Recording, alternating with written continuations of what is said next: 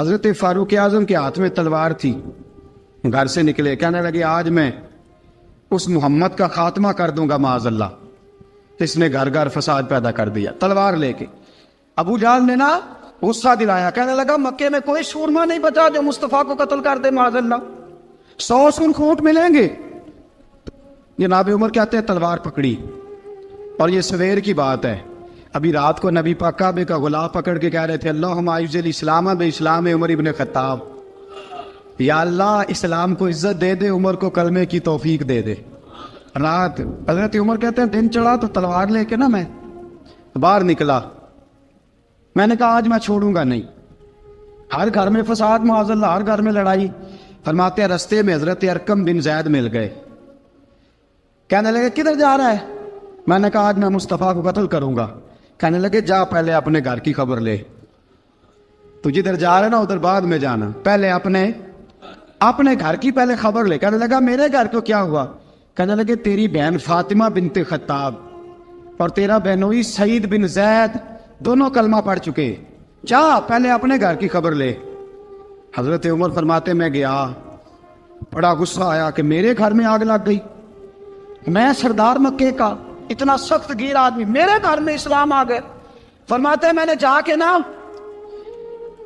اپنی بہن کے گھر کی طرف رخ کیا، دروازے پہ پہنچا تو میں نے سنا اندر سے آواز آ رہی ہے، قرآن پڑھنے کی آواز آ رہی، قرآن پڑھنے کی۔ فرماتے ہیں میں نے دروازے پہ دستک دی، اندر سے آواز آئی کون ہے دروازے پہ؟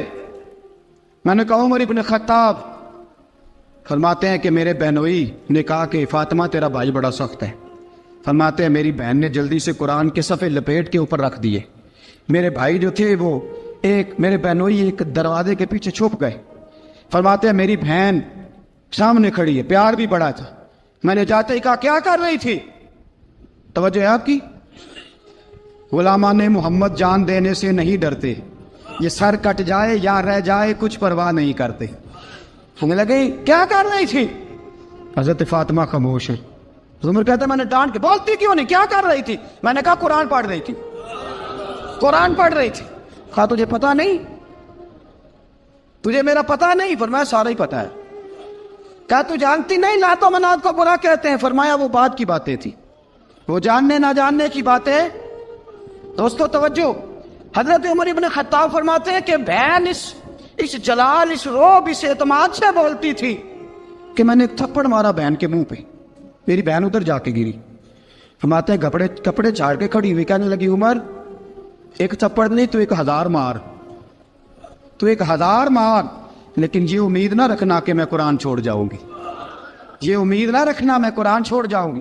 فرماتے ہیں کہ میرے ہاتھ میں تلوار تھی، میں نے دستے کی طرف سے نا، دستے کی سائڈ سے تلوار بہن کو ماری زور زور سے، سر سے خون نکل آیا۔ فرمایا میں اپنے بہنوئی کی بڑی عزت کرتا تھا، میرا بہنوئی پردے سے نکلا بیوی کو بچانے، میں نے زور زور سے 2 تلوار کی پشتیں اس کے سر پہ بھی ماری، خون نکلا، پھر میری بہن آگے ہوئی، پھر مارا۔ ماتے جب خون نکلا نا بہن کا، تو میری بہن نے اپنا خون اپنے ہاتھ پہ لگا کے کہا عمر جس ماں باپ کا خون تیری رگوں میں ہے اس کا میری رگوں میں بھی ہے، اسی کا خون میری رگوں میں بھی ہے۔ فرمایا عمر جس باپ کی پشت سے تو ہے میں بھی اسی باپ کی پشت سے ہوں، جس ماں کی چھاتیوں سے دودھ تو نے پیا ہے میں نے بھی اسی ماں کی چھاتیوں سے دودھ۔ توجہ ہے آپ کی؟ میری بات سمجھ میں آ رہی ہے؟ سنیں بات، رسول اکرم صلی اللہ تعالی علیہ وسلم نے فرمایا، حضرت عمر رضی اللہ تعالیٰ عنہ فرماتے ہیں نبی پاک پہ نازل قرآن سنا تو جب میری بہن نے اس جلال کے ساتھ بات کی نا کہ عمر میں بھی اسی باپ کی بیٹی ہوں، میں بھی اسی ماں کی بیٹی ہوں، میں بھی اسی قبیلے کی ہوں، خبردار تو ترشرو ہو کے گالی 1000 دے، یہ وہ نشہ نہیں جسے ترشی اتار دے۔ فرمایا تو چارہ کر، ٹیل لگا، لیکن تو مجھے اسلام سے ہٹا سکتا؟ حضرت عمر فرماتے ہیں بہن کا جلال دیکھا تو میں ٹھنڈا ہو گیا، بہن کا جلال دیکھا تو میں نے کہا اچھا مجھے دکھاؤ کیا پڑھ رہی تھی، مجھے دکھاؤ ذرا کیا پڑھ رہی تھی۔ فرماتے ہیں میری بہن کہنے لگی تو کافر ہے، انما المشرکون نجس، جا پہلے وضو کر کے آ، جا غسل کر کے آ، جا پہلے نئے کپڑے دھلے ہوئے پہن کے آ، پہلے تیار ہو کے آ۔ حضرت عمر فرماتے ہیں میں تیار ہو کے آیا، میری بہن نے جھولی میں صفحے رکھے، قرآن پڑھے بہن، سنے بھائی، اللہ تقدیر بدل دیتا ہے۔ قرآن پڑھے بہن اور سنے بھائی،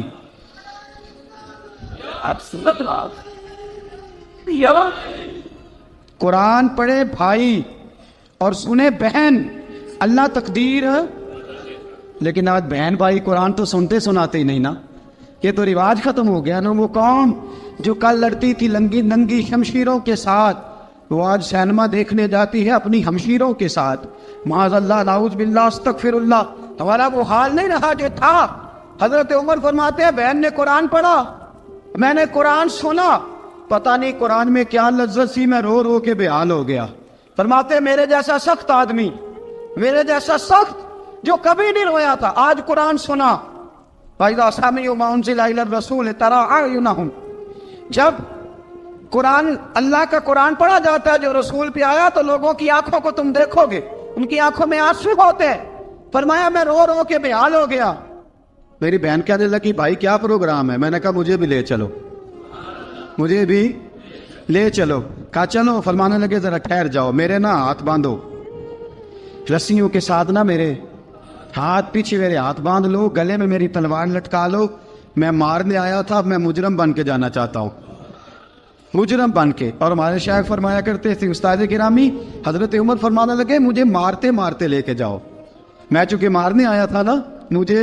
اور ایک پنجابی کا شاعر کہتا ہے حضرت عمر نے کہا کروں آیا سا مار مکاونے نو، کروں آیا سا مار مکاونے نو، ان مینو مار دے لے چلو، متے عمر دی عمر برباد ہوئے جتھے عمر سوار دے لے چلو۔ کروں آیا سا مار مکاونے نو، ان مینو مار دے لے چلو، متے عمر دی عمر برباد ہوئے جتھے عمر سوار دے، متے عمر دی عمر برباد ہوئے جتھے عمر سوار دے۔ فرماتے جب پہنچے نا دار ارقم میں تو دروازے پہ حضرت امیر حمزہ کھڑے تھے۔ حضرت امیر حمزہ، ایک شخص کہنے لگا حضرت امیر حمزہ سے عمر آ رہا ہے، فرمایا آنے دو۔ کہا حضور وہ تلوار بھی گلے میں لٹک رہی ہے، فرمایا آنے دو، وہ اگر عمر ہے تو میں بھی امیر حمزہ ہوں، وہ اگر عمر ہے تو انا اشہد اللہ و رسولہ، میں اللہ رسول کا شعر ہوں، آنے دو۔ کہا آپ کیا کریں گے؟ کہا ادب ملحوظ رکھے گا تو خاطر سے بٹھائیں گے، نمونہ اس کو ہم خلق محمد کا دکھائیں گے، اگر نیت نہیں اچھی تو میں اس کو قتل کر دوں گا، اسی کی تیغ سے سر کاٹ کے چھاتی پہ دھر دوں گا، میں آنے تو دو، آنے دو عمر کو۔ حضرت عمر آئے، دروازے میں داخل ہوئے، صحابہ فرماتے ہیں کہ حضور نے شور سنا، فرمایا کون ہے دروازے پہ؟ فرمایا عمر۔ فرماتے ہیں حضور اٹھے تیزی سے، چادر گر گئی، چادر، حضور تیزی سے اٹھے، کھول دو دروازہ۔ حضور عمر کے گلے میں تلوار ہے، فرمایا پھاٹک کھول دو۔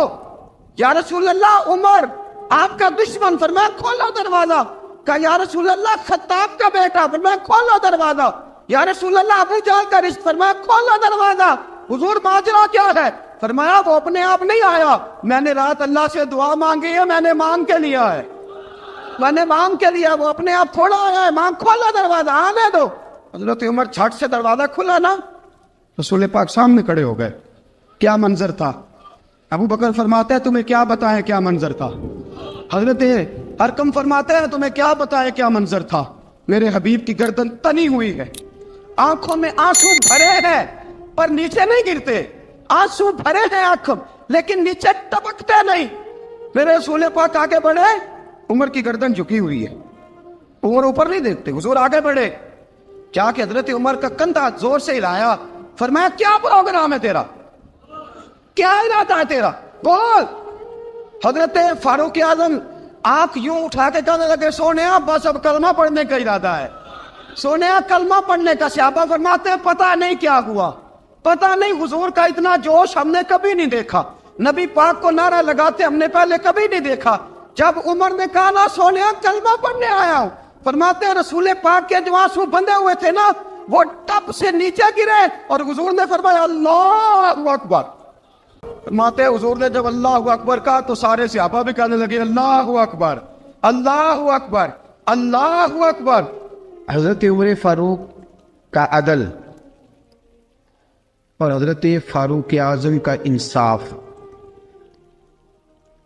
اس کو دنیا جانتی بھی ہے مانتی بھی ہے۔ حضرت فاروق اعظم رضی اللہ تعالیٰ عنہ قاضیوں کا تقرر کرتے وقت سب سے زیادہ احتیاط کرتے تھے کہ بندہ کس قسم کا ہے، اس کا مزاج کیا ہے، معاشرے میں اس کا وقار کیسا ہے، اس حساب سے اس کو تقرر کرتے تھے قاضی کے لیے۔ اور کیا حال تھا؟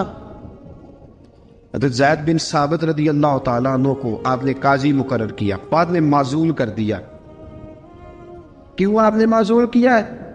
تو حضرت عمر کہنے لگے اس کی وجہ ہے، ایک دن ایک شخص نے، حضرت ابی بن کعب نے مجھ پر مقدمہ کیا، حضرت عمر پر مقدمہ کر دیا، تو فرماتے ہیں کہ میرے سامنے میں دیکھ رہا تھا، جب میں عدالت میں پہنچا تو زید بن ثابت نے میرا کھڑے ہو کے استقبال کیا، اور جب مدعی آیا ہے تو وہ بیٹھے رہے ہیں۔ تو میں نے کہا کہ جب آپ دونوں میں ملتے وقت انصاف نہیں کر رہے تو فیصلے میں کیسے انصاف کریں گے؟ آپ اس قابل نہیں کہ آپ کو قاضی بنایا جائے، معزول کر دیا۔ اگر میں بحیثیت مجرم، بحیثیت ملزم آیا ہوں، اگر آپ نے میرا کھڑے ہو کے استقبال فرمایا تو پھر مدعی کا تو زیادہ حق بنتا تھا۔ اور ہم پر اعتراض ہے کافر کا، وہ کہتے ہیں تم عدل نہیں کر سکتے۔ بولا آدمی ہے نا، وہ دیکھتا ہے آج کل کے مسلمانوں کو، آج کل کے مسلمانوں کو دیکھ کے رائے قائم کرتا ہے۔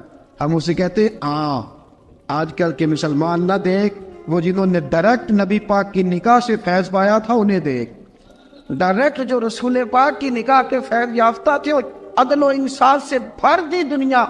حضرت فاروق اعظم، حضرت عمرو بن عاص مصر کے گورنر تھے، حضرت فاروق اعظم نے انہیں متعین کیا تھا۔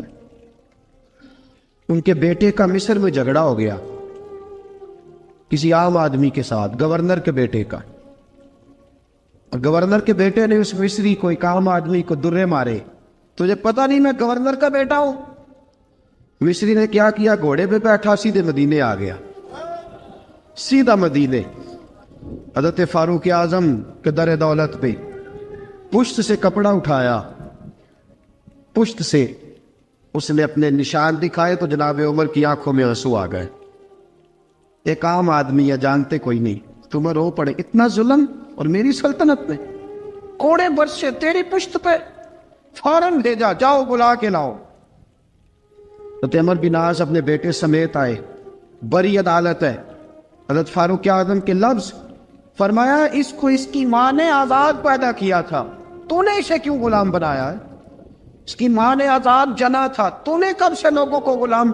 کہا بیٹے یہ کیا کہتا تھا؟ یہ کہتا تھا میں گورنر کا بیٹا ہوں، تجھے تو جانتا نہیں۔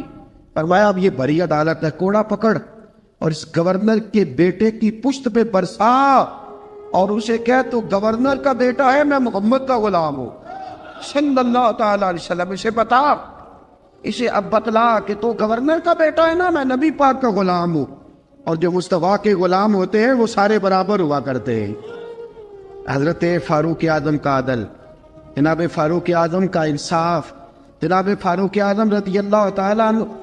روم کا ایلچی آیا نا حضرت عمر فاروق کے پاس، تو وہ کہتا ہے میں پیغام لے کے آیا اپنے بادشاہ کا، اور میں سفیر تھا، میں بڑے ملکوں میں گیا، بڑے بادشاہ دیکھے، بڑے امیر دیکھے۔ حضرت فاروق اعظم رضی اللہ تعالیٰ عنہ کے دربار مجھے بھیجا گیا، جب پہنچا تو میں نے مسلمانوں سے کہا تمہارے بادشاہ کا دربار کہاں ہے؟ انہوں نے کہا نہ ہمارا بادشاہ ہے نہ کوئی دربار ہے، نہ بادشاہ ہے نہ کوئی۔ اچھا تو پھر وہ کدھر بیٹھتے ہیں؟ کہا یا مسجد میں ملیں گے یا اپنے جھونپڑے میں ملیں گے۔ تو کہا تمہارا بادشاہ بھی کوئی نہیں؟ کہا بادشاہ نہیں، ہم مومن ہیں، ہمارا ایک امیر ہے جسے امیر المومنین کہا جاتا ہے۔ وہ شخص کہتا ہے میں مسجد گیا، میں نے کہا عمر کدھر ہے؟ انہوں نے کہا جی ابھی نکلے تھے ادھر ہی ہوں گے۔ میں نے کہا یہ کیسا بادشاہ ہے؟ کوئی کہتا ادھر ہوں گے، کوئی کہتا ادھر ہوں گے۔ یہاں تو صوبائی وزیر صاحب سڑک سے گزرے تو سارے روڈ 3 گھنٹے بلاک رہتے ہیں، اور یہ کیا چکر ہے کہ لاکھوں مربع میل کا حکمران، کوئی کہتا اس گلی میں گیا، کوئی کہتا اس گلی میں گیا، یہ کیسا بادشاہ ہے؟ کدھر ہے عمر؟ انہوں نے کہا یہی تھا۔ دوسرے سے پوچھتا جو وہ باغ کی طرف گئے، باغ میں گئے تو وہ ایلچی کہتا ہے میں نے باغ والے سے پوچھا کہ یہاں تمہارا امیر کدھر ہے؟ انہوں نے کہا وہ درخت دیکھ رہے ہو؟ کہا حضرت دیکھ رہا ہوں۔ اس درخت کے نیچے وہ ایک شخص جو سویا ہوا ہے نا، مٹی کا ڈھیلا سرہانہ بنا کے، وہ درخت کے نیچے مٹی کے ڈھیلے کا سرہانہ بنا کے جو بندہ سویا ہے وہی ہمارا امیر ہے۔ وہ سامنے حضرت سیدنا عمر فاروق کے پاس وہ بندہ جا کے کھڑا ہو گیا. وہ کہتا ہے کہ پسینہ گر گر کے نا مٹی کے ڈھیلے پہ گارا بنا رہا تھا. پسینہ گر گر کے مٹی کا ڈھیلا, وہ تر تھا. حضرت فاروق اعظم سو رہے تھے. کہنے لگا میں بیسیوں اور درجنوں بادشاہوں کو دیکھ چکا تھا جن کی آگے 10 گن. حضرت عمر کی آنکھ کھلی, تامت سمیٹی اٹھ کے بیٹھ گئے. کدھر آیا ہے؟ کہنے لگا حضرت جی آیا تو کسی اور کام تھا, آیا تو کسی, لیکن اب کام کوئی اور بن گیا ہے. آپ نے فرمایا اب کیا کام بنا ہے؟ کہنے لگا میرا کام یہ بنا ہے کہ میرا بھی دل کیا میں بھی کلمہ پڑھوں اور نبی پاک کا غلام بن جائے. یہ کام بن گیا. اور ساتھیوں بس مدینے میں وہ دن بڑا عجیب تھا جب سیدنا فاروق اعظم کے بیٹے کا معاملہ آ گیا. آج 60 سال کا بوڑھا عمر, ابو شامہ حضرت عمر کے صاحبزادے, یہودیوں نے سازش کر کے انہیں نبیذ پلا دی. نبیذ جائز تھی, نبیذ کیا کہ شراب پلا دی. پھر مقدمہ قائم ہوا. کہا اب پتہ چلتا ہے عمر کتنا عدل کرتا ہے. سیدنا فاروق اعظم کے پاس گواہ آئے. صاحبزادہ اندر کھانا کھا رہا تھا.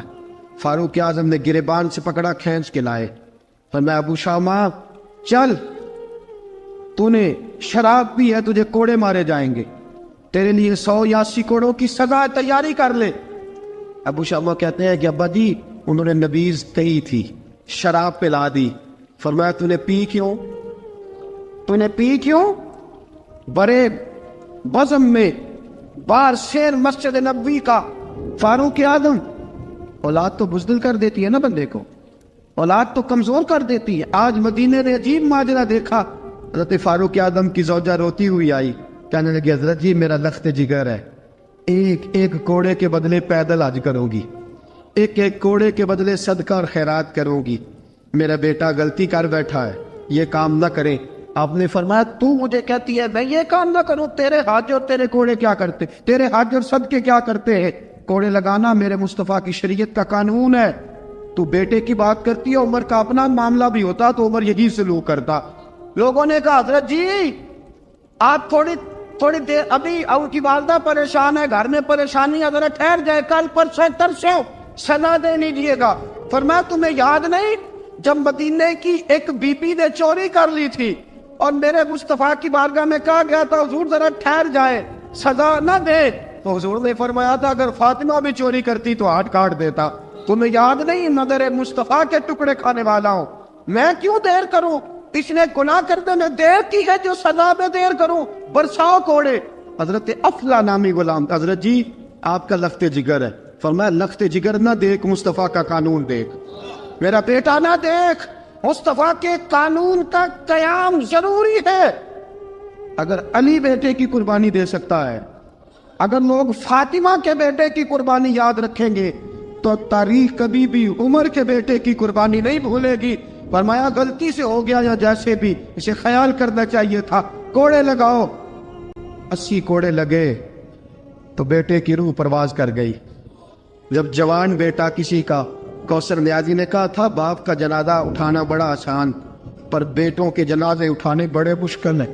جب فاروق اعظم کا بیٹے کا انتقال ہوا, بیٹے نے آنکھیں کھولی, باپ کی طرف دیکھا تو سیدنا فاروق اعظم عدل و انصاف, 2 آنسو آنکھوں میں آئے. کہ بیٹا حضور سے جا کے کہنا کہ عمر نے بیٹا نہیں دیکھا, آقا تیرا قانون دیکھ, جا کے حضور سے میرا پیغام دینا. حضرت ابو شامہ رضی اللہ تعالیٰ عنہ وصال کر گئے. تاریخ کیسے کیسے منظر ازالت الخلفاء شاہ ولی اللہ کی بطور والا پیش کرو. حضرت ابو شامہ کا وصال ہو گیا, 20 کوڑے باقی تھے. لوگوں نے حضرت جی آپ کیا کرنا ہے؟ فرمایا اس کا جنازہ پڑھو, اسے قبر میں دفن کرو, باقی 20 کوڑے اس کی قبر پہ مارو, اس کی قبر پہ 20 کوڑے مارو. کا حضرت جی ایسا بھی ہوتا ہے؟ فرمایا اس لیے ایسا ہوتا ہے کہ یہ میرے مصطفیٰ کا قانون ہے, میری اولاد کا معاملہ ہے تو میں درگزر کروں. فرمایا مارو کوڑے. حضرت سیدنا حذیفہ بن یمان فرماتے فاروق اعظم بیٹے کی قبر پہ کھڑے تھے, داڑھی آنسوؤں سے بھری ہوئی تھی. میں دوڑا ہوا آیا, میں نے کہا عمر نہ رو, آج خواب رات تیرے بیٹے کا جنازہ تھا, جنازہ پڑھ کے سویا ہوں تو خواب میں مجھے رسول پاک کی زیارت نصیب ہوئی ہے. نبی پاک خواب میں تھے تو 2 سبز غلے